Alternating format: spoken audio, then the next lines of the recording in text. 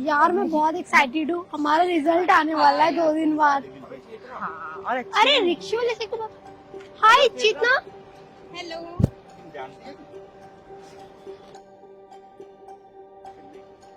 अरे तुम इस रिक्शे वाले से इतने हंस हंस के क्यों बातें कर रही हो?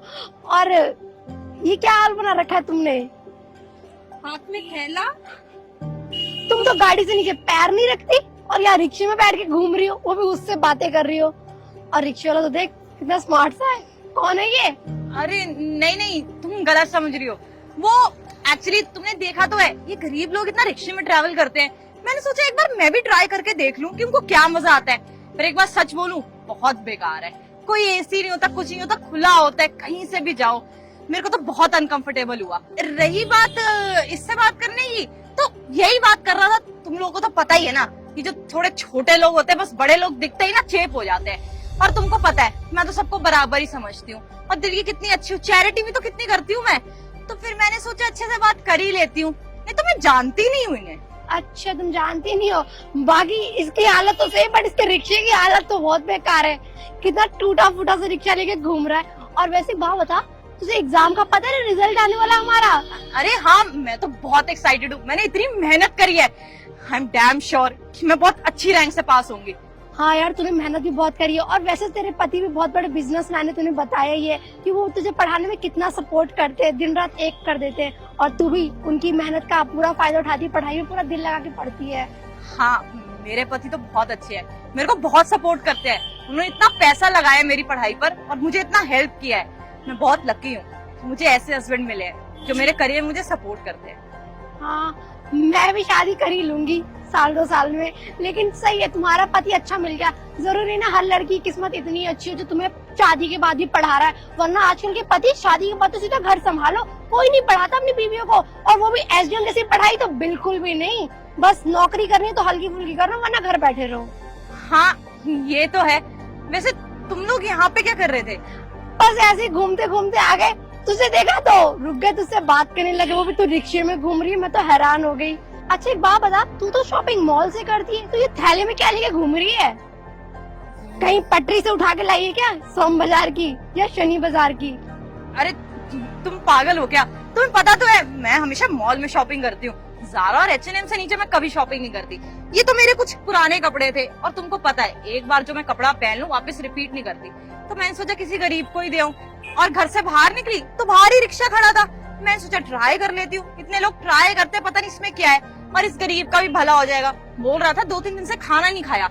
ओहो, वैसे तो इनको 10-20 रुपए देते हैं लोग, लेकिन मैं सोच रही हूँ 2-3 हजार तो कम से कम देने चाहिए। अब हम इतना कमाते हैं, इतना तो अफोर्ड कर ही सकते हैं कि कुछ लोगों की हेल्प ही कर दे। हाँ वैसे बढ़िया किया तुमने, इस गरीब का भी भला हो जाएगा थोड़ा सा। चलो तुम्हें कहीं छोड़ने तो गाड़ी से छोड़ दूं? नहीं नहीं, मैं खुद चली जाऊंगी। हाँ ठीक है, तुम इस रिक्शे वाले के साथ ही चली जाओ, बेचारे के पैसे भी बन जाएंगे। चलो चलती हूँ, बाय बाय। चलो गाइस। चेतना, तुमने मुझे इनके सामने पहचानने से इनकार क्यों कर दिया?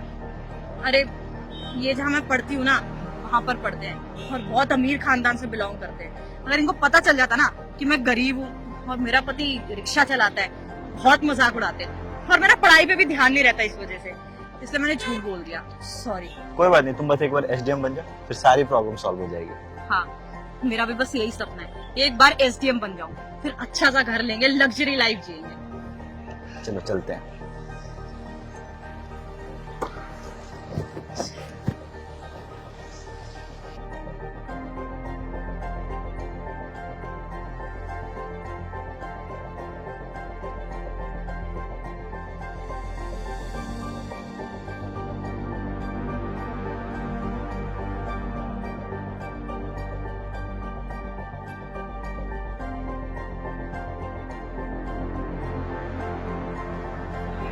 अच्छा वजह आप आ गए। मैंने आपकी वाइफ को देखा, चेतना वो। अरे वो मेरी दोस्त है, मुझे यकीन नहीं हो रहा वो किसी और लड़की के साथ बैठी है। नहीं, आपने किसी और को देखा हो, वो तो ऑफिस में है, तो उससे बात हुई है। आपकी ये गलत फहमी और ये आपका भोलापन आपको ले डूबेगा। चलिए मैं आपको दिखाती हूँ। वो देखो, यहाँ पे इसके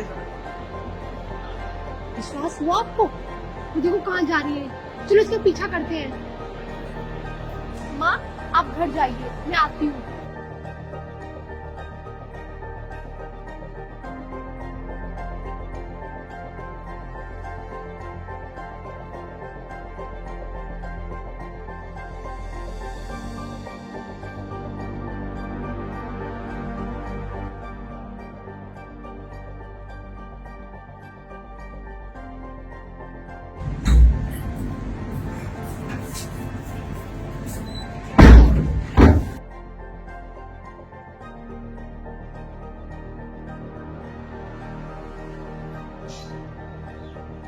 चेतना,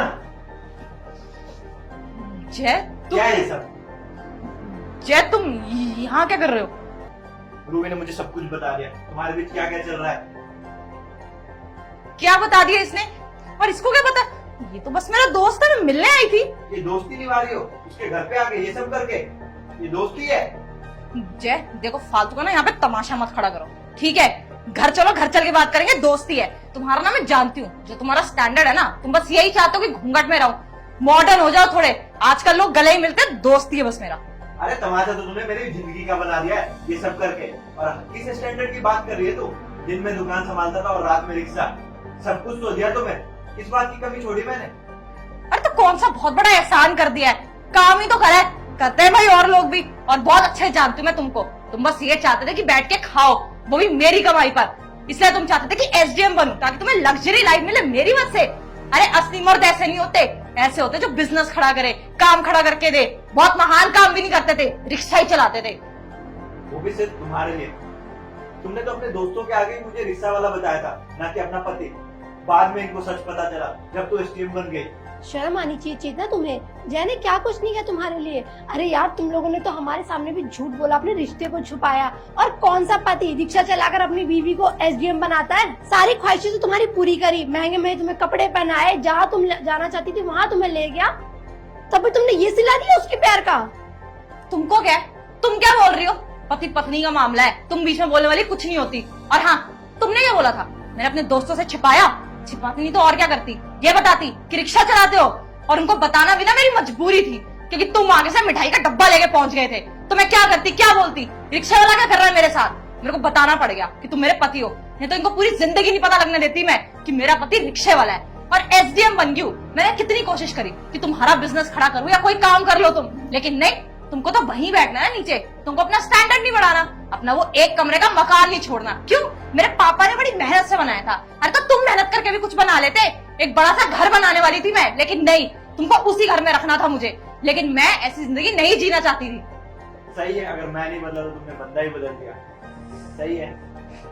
हाँ। ना तुम्हें तो प्राउड फील होना चाहिए कि तुम्हारा ऐसा पति था। इतनी मेहनत के बावजूद भी हम लोगों के सामने आया, तुम्हारी खुशी एक्सप्लेन करी, सब कुछ करा यार तुम्हारे लिए। और अगर तुम्हें यही चाहिए था तो तुम मुझे बता देती, मैं तुम्हें तलाक दे देता। मुझे नहीं चाहिए ऐसा रिश्ता। ठीक है, दे दो तलाक। ठीक है जितना दे दूंगा तलाक। वैसे भी अभी कुछ बचा नहीं है, और जहाँ प्यार ना हो ना, उस रिश्ते को रखना भी नहीं चाहिए। ये ना इतनी बड़ी बड़ी बातें मत करो मेरे सामने। ये फिल्मी बात है ना, फिल्मों में अच्छी लगती है। मुझे प्यार की कोई जरूरत नहीं है। प्यार से ना जरूरतें पूरी नहीं होती है, सिर्फ खुशी मिलती है, वो भी थोड़े टाइम की। और मुझे वो खुशी नहीं चाहिए। मुझे वैसे भी खुशी मिलती है महंगे रेस्टोरेंट्स में जाके, कैफेज में जाके, अपनी लाइफ अच्छे से एंजॉय करके, महंगे कपड़े पहन के। तुम्हारी तरह नहीं जीना चाहती मैं गरीबी में। आज पड़ोस के लोगों ने बोला था तुम बदल जाओगी समय के साथ, मुझे भरोसा नहीं था। और रही बात महंगे सपनों की, तो ये बंदा पहले कहाँ था जब तुम्हारे पास कुछ भी नहीं था? तब मैं दिखाई दिया, तुमने मेरा यूज किया है। अच्छा, किया है यूज? क्या कर लोगे बताओ? तुमने तो मेरा यूज किया ही नहीं है ना।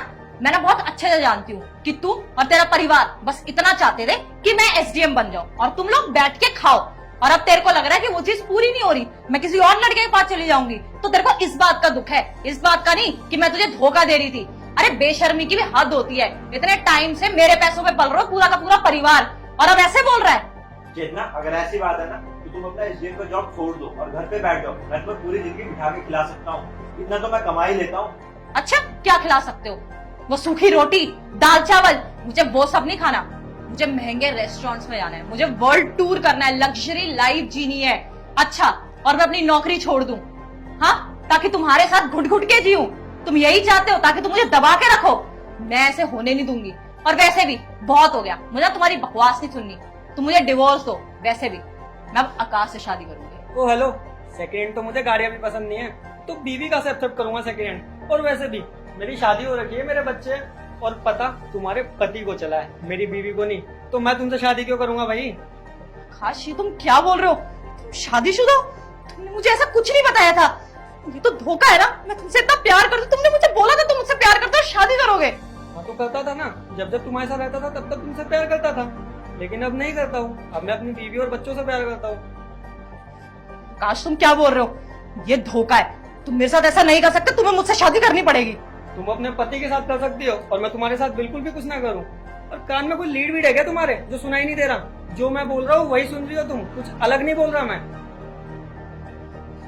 आकाश देखो, मैं समझ रही हूँ, तुम ऐसा करो, तुम अपने बीवी और बच्चे छोड़ दो, तुम मेरे साथ रहो ना। तुम मुझसे प्यार करते हो, मैं भी तुमसे बहुत प्यार करती हूँ। तेरी बुद्धि खराब है क्या? तेरे जैसी औरत के लिए मैं एक कुत्ता ना छोड़ूं? अपने बीवी बच्चे तो बहुत दूर की बात है।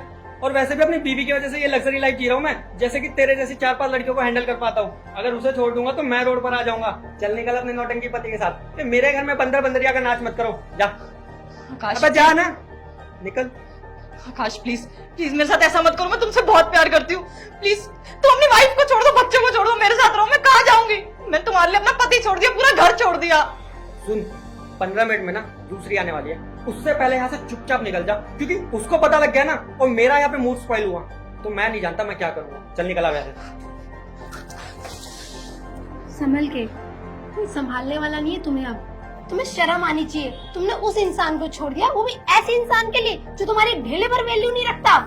निकाल के फेंक दिया ना, जैसे दूध में से मक्खी।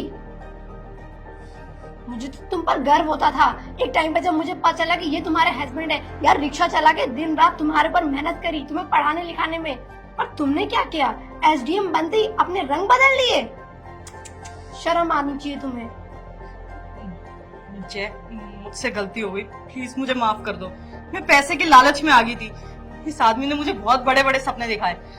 तुमको हमेशा से पता है कि मैं एसडीएम बनने की मेहनत भी सिर्फ इसलिए कर रही थी ताकि लग्जरी लाइफ जी सकूं, और मैंने बस वही करने की कोशिश करी। और जब ये मुझे हर चीज लाके देता था, मेरी हर डिमांड पूरी करता था, तो मुझे लगा कि मेरी जिंदगी इसके साथ ही अच्छी होगी। मैं भूल गई थी कि जीवन साथी इज्जत करने वाला चाहिए होता है, प्यार करने वाला चाहिए होता है, ना कि सिर्फ पैसे वाला। चेतना, आई एम सॉरी, मैं तुम्हारे साथ नहीं रह सकता। धोखा एक बार खा सकता हूँ, बार बार नहीं। मैंने क्या कुछ नहीं किया था तुम्हारे लिए।